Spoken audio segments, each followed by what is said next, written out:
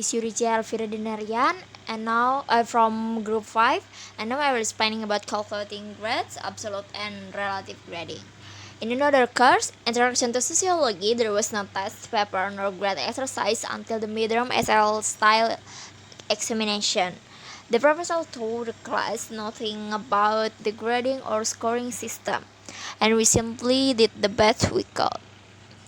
Then wrote on the blackboard his grading system for his 100-point test is A 51 and above, B 42 to 50, C 30 to 41, and D 29 and below.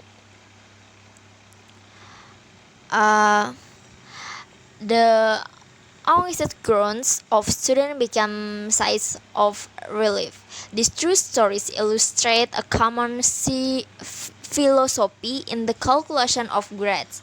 In both cases, the professor adjusted grades to fit the distribution of students across a continuum, and both ironically were using the same method of calculation. A quartile 1, the top 25% of scores, B quartile 2, the next 25%,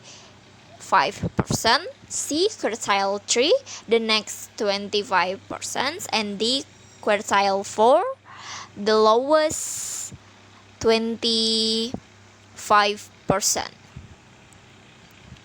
In the educational psychology course, many students got exceptionally high scores, and in the sociology course, almost everyone performed poorly according to an absolute scale.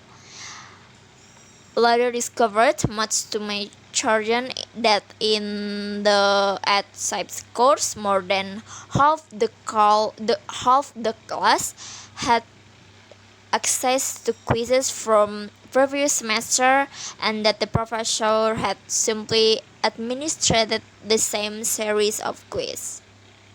Among other lessons in the two stories is the importance of specifying your approach to grading. If you pre-specify standards of performance on a numerical point system, you are using absolute system of grading. For example, having established points for a midterm test, point for a final exam, and point accumulated for the semester.